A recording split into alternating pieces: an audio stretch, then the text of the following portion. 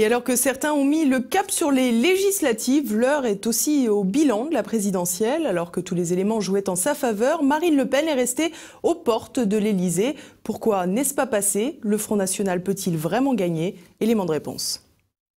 Plus de chômage, plus de terrorisme et moins de pouvoir d'achat. Voilà le bilan du quinquennat Hollande. Le cocktail social était donc parfait pour faire exploser le Front National.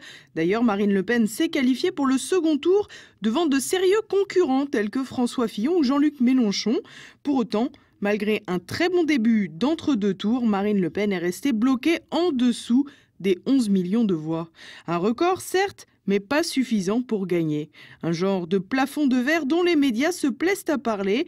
Et si les médias aiment en parler, c'est parce qu'ils contribuent à le maintenir en place. À peine Marine Le Pen qualifiée pour le deuxième tour que les sirènes du politiquement correct ont retenti. Le péril était dans l'antichambre de la République française. Tremblez, citoyens, et mobilisez-vous. Si la diabolisation à outrance a du plomb dans l'aile, elle fait toujours recette chez les bobos hystériques et l'arrière-garde vieillissante de mai 68. Les jeunes crédules, habitués au temps de paix, sont aussi friands de sensations fortes. Ils se sentent enfin épris d'un sentiment, celui de lutter contre une guerre civile latente qu'ils combattent des doigts sur les réseaux sociaux via leur smartphone valant un demi-SMIC. Les Français issus de l'immigration, de plus en plus nombreux, sont également des cibles de choix pour observer l'agitation du chiffon rouge médiatique, quitte à accorder du crédit aux craintes les plus caricaturales. Pour autant, la réalité est simple, cette élection de 2017 était peut-être la dernière où la composition démographique de la France laissait encore espérer un sursaut du camp patriote. Les médias ont donc eu plus à cœur de sortir l'artillerie lourde. 2 ans qu'Emmanuel Macron était présenté sous son meilleur côté, photographié sous son meilleur angle au gré des rendez-vous avec des paparazzis du système pour des photos prétendument volées. Le jeune premier avait toutes les qualités, la figure du winner, et ils l'ont bien fait gagner. La presse a autant adulé Macron qu'elle a descendu Marine Le Pen. Avec le premier, aucun point sensible n'était évoqué. Avec la seconde, c'était un festival de plateau en plateau.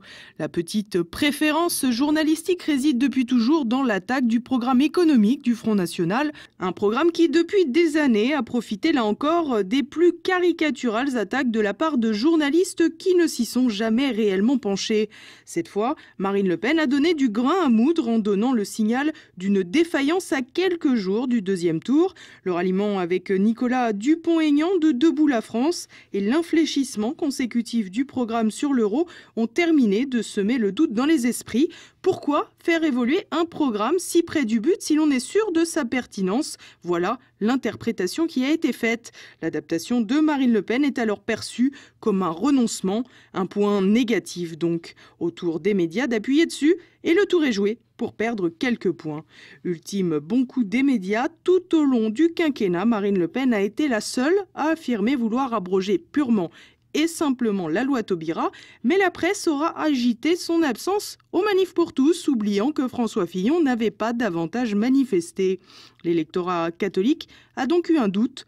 Tout au long du mandat de François Hollande, ils ont préféré se tourner vers François Fillon au premier tour et, plus étonnant, pour le deuxième tour, Emmanuel Macron a raflé la mise. 62% des catholiques ont préféré se mettre en marche sans Marine. Chez les pratiquants réguliers, 71% ont choisi Macron, oubliant sa volonté d'autoriser la PMA et d'accompagner les enfants issus de GPA. Le Front National, malgré ses progrès indéniables dans les urnes, se frotte toujours au même problème. Raconté par des journalistes partisans, le parti de Marine Le Pen n'est, une nouvelle fois, pas parvenu à écrire sa propre histoire et à sortir des sentiers que les médias lui avaient déjà tout tracés.